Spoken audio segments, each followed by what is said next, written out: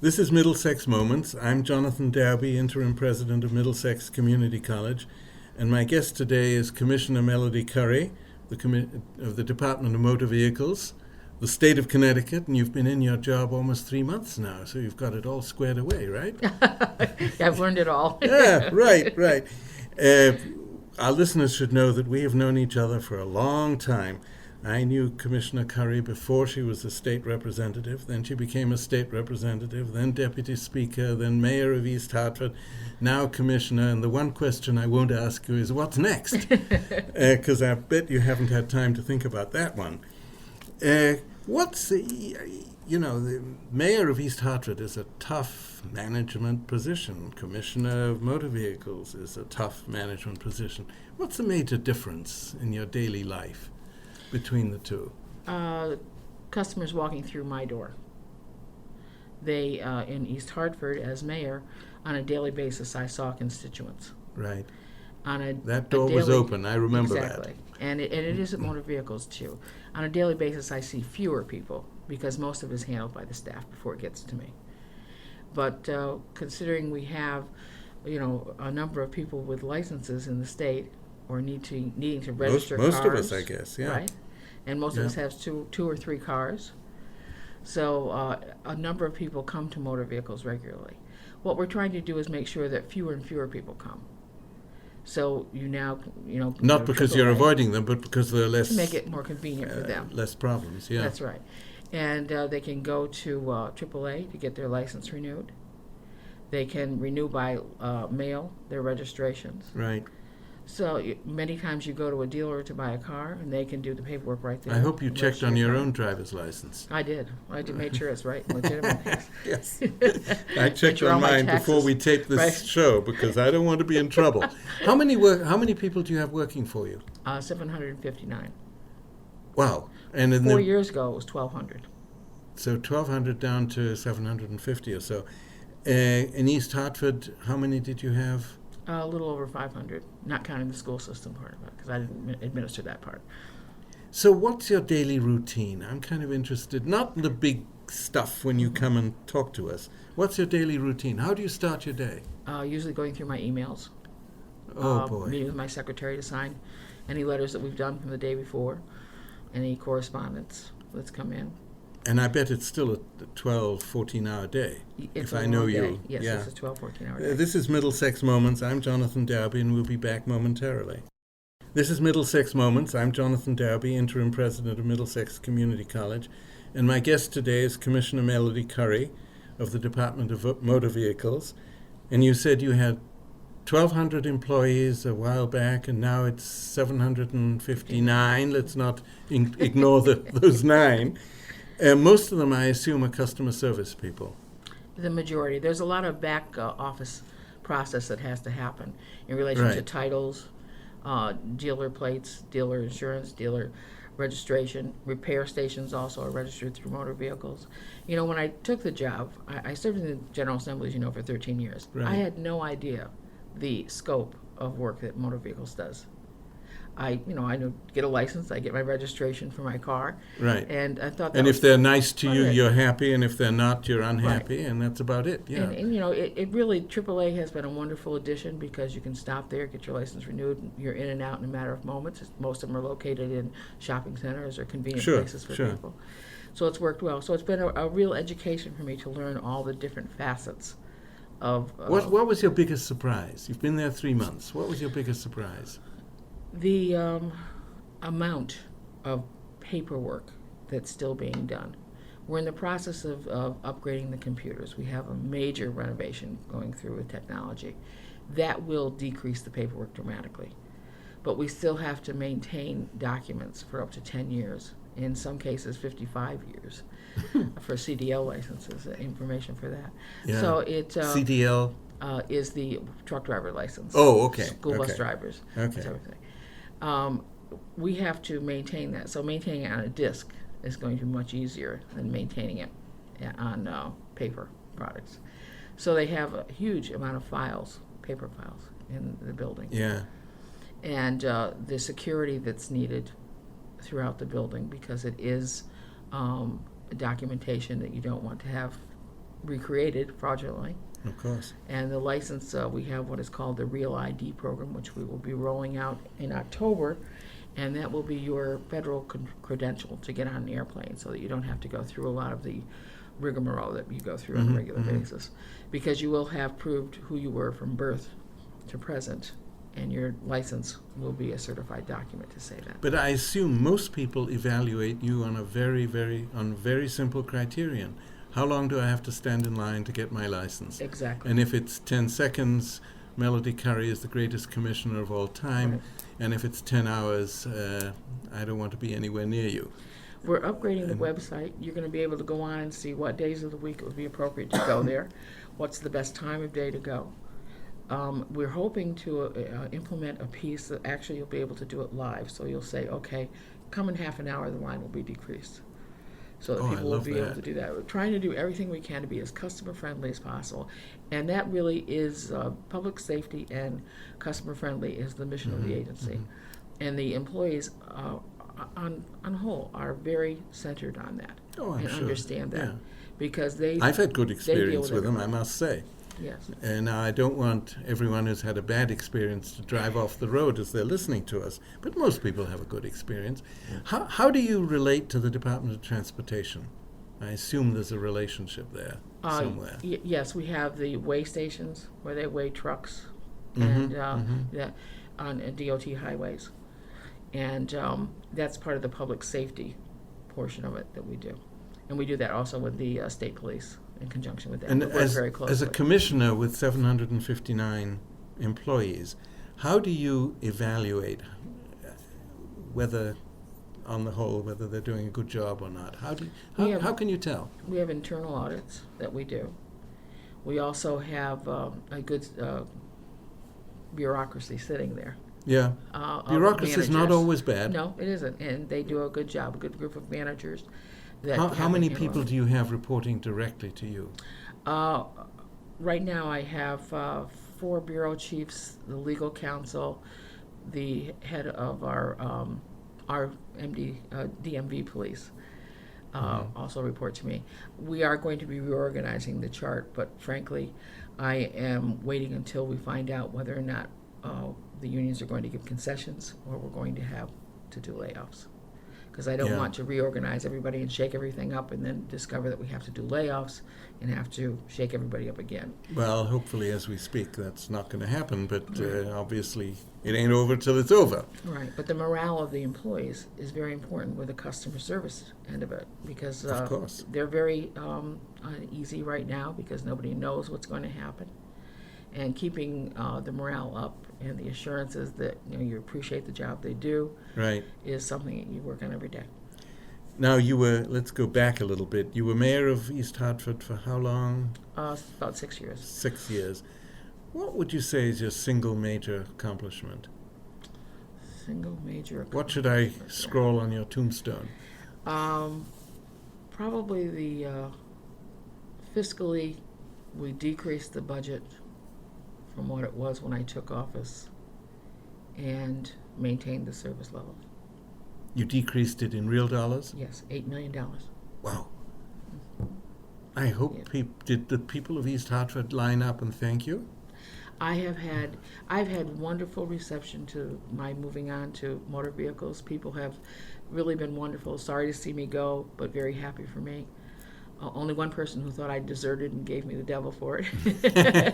But in general, well, I mean, our listeners should know, you still live in East Hartford? Yes, I You do. have a mother and a mother-in-law in East Hartford, I think. Yes, You and have 3 grandchildren, 3 children. How many grandchildren now? 4 grandchildren. Finally, we get to what's Yes, important. That's right. They all live in East Hartford. They all live in East Hartford, Yes. and Yeah. I assume when they're old enough, they go to the public schools and Yes. Yeah. all the rest of it. Yes, my oldest grandson is in public school. What's your major disappointment as mayor?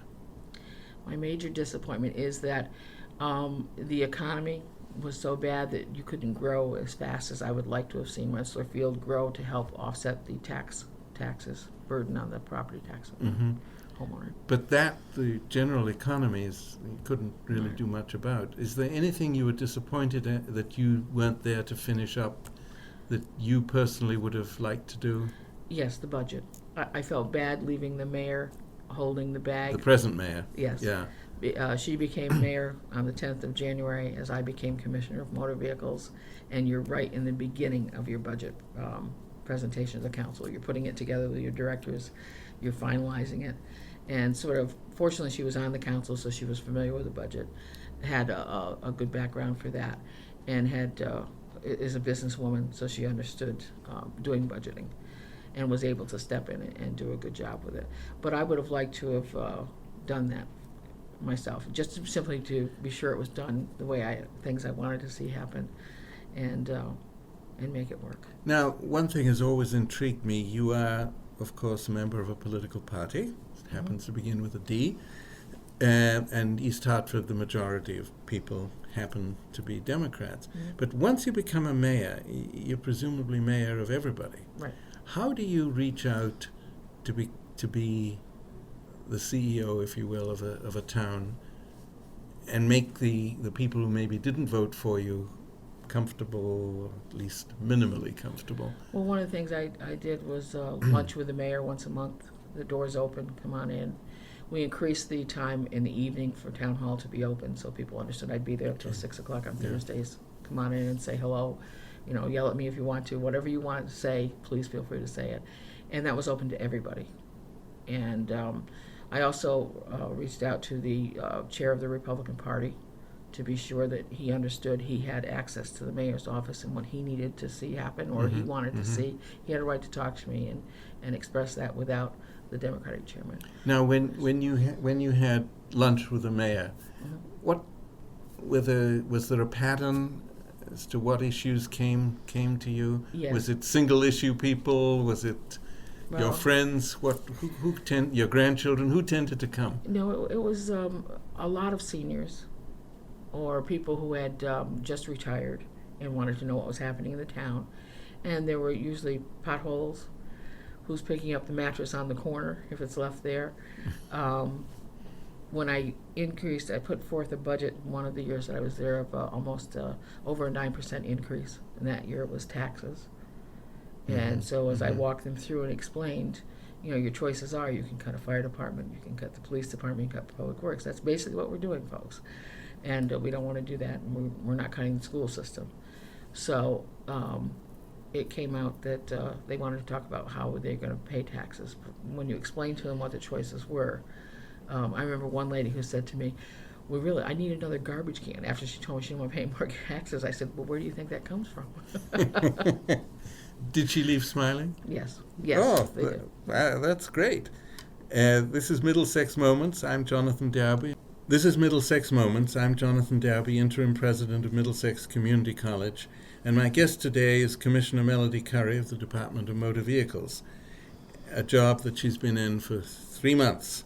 So everybody expect her to have it all down pat and ready to go. Before that, you were mayor of East Hartford, and before that, you were deputy speaker of the House. You were a state representative for how many years? 13.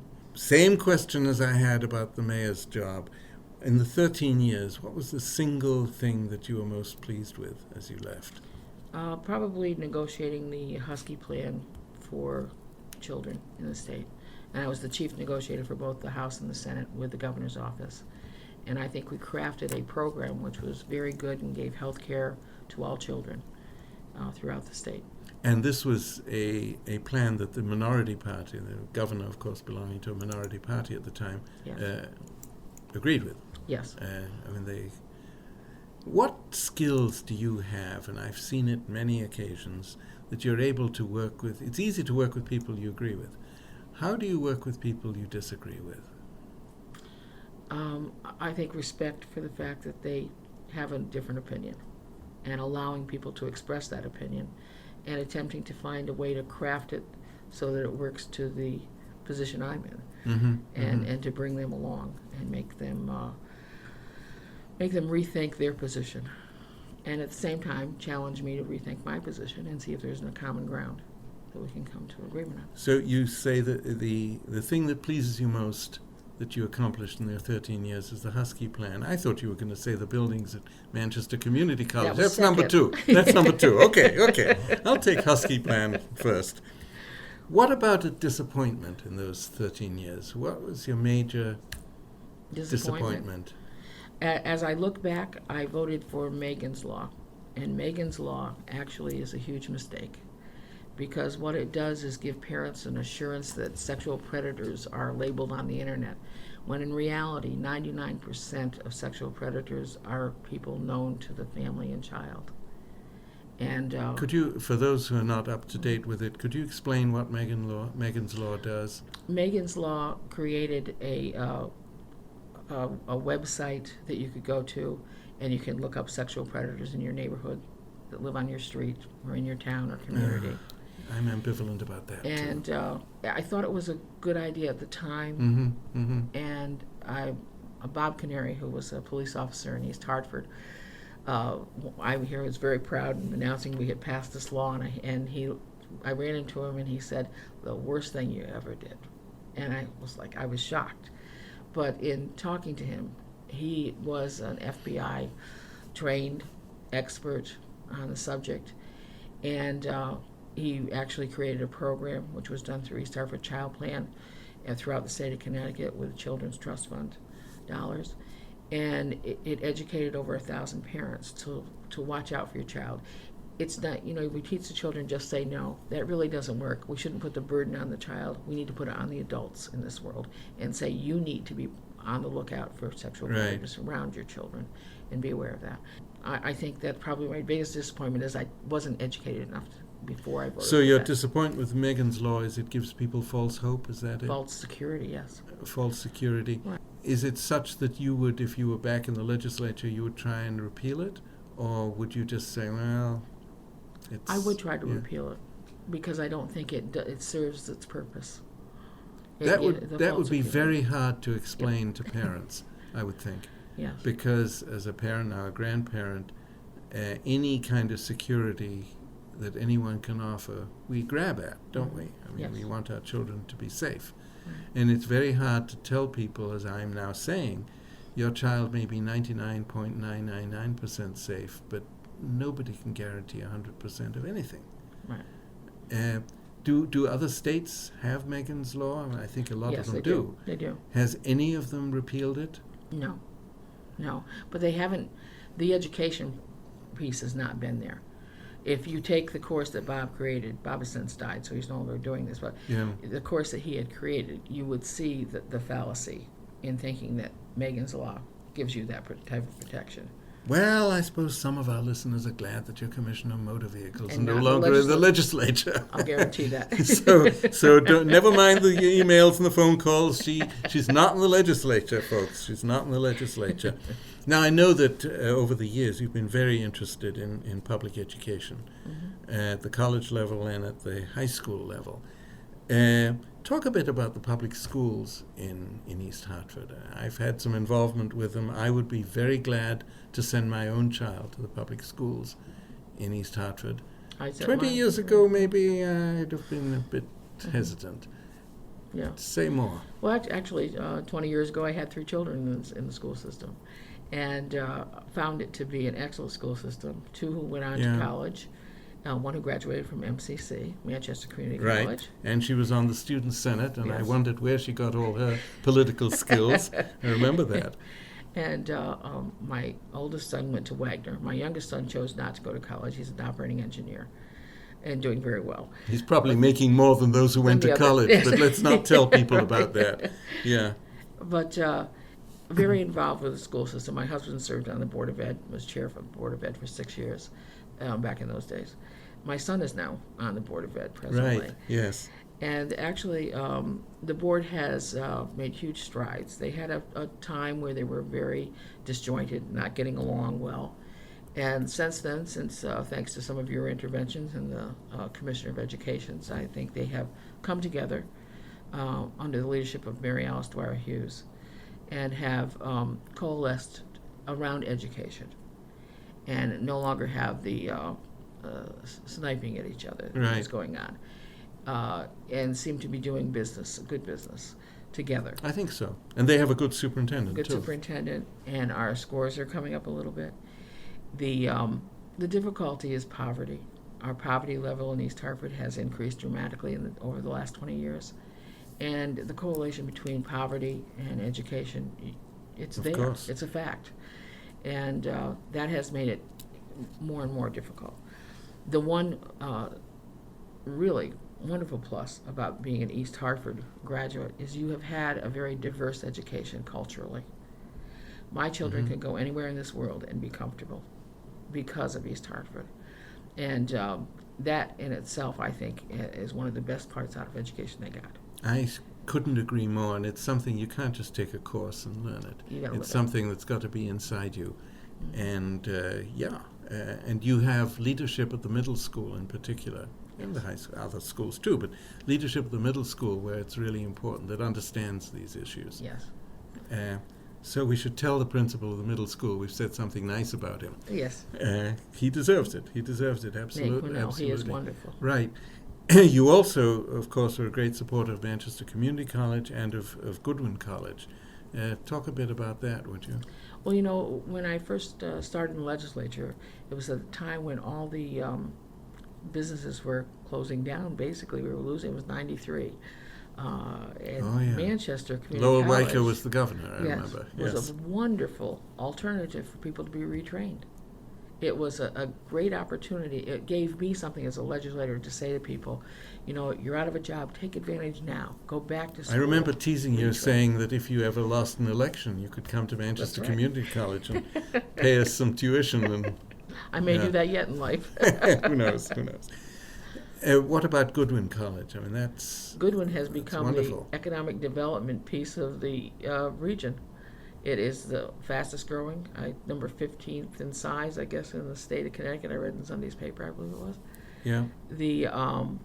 They have purchased an area of East Hartford that was blighted. It was old oil tanks. They have claimed the land right along the river. It's a beautiful campus. They are growing very rapidly. They're building 3 magnet schools on site.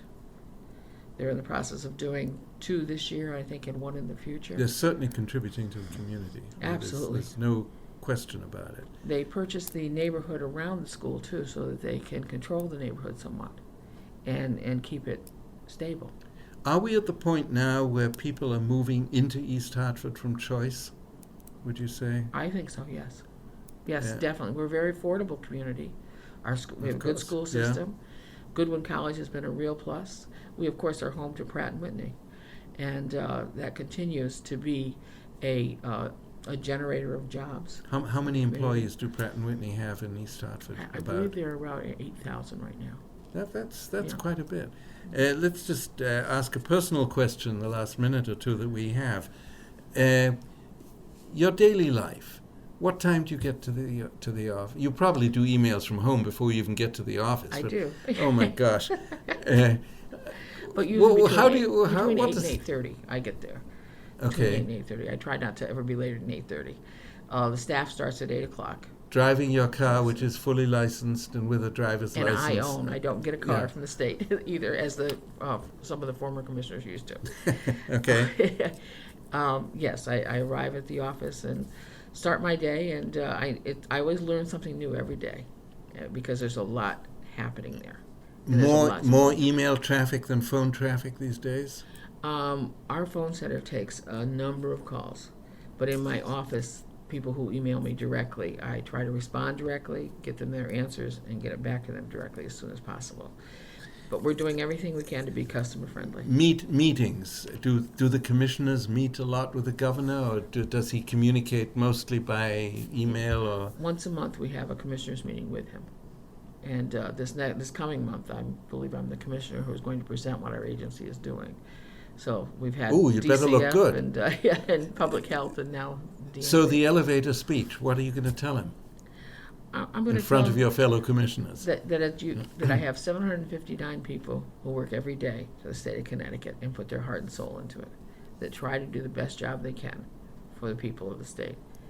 And I think they are going that's- to rise to a height of even doing better. Yeah, and having known you for however long, almost 30 years, I'm absolutely sure that department is going to get, it's pretty good now, but it's going to get better and better.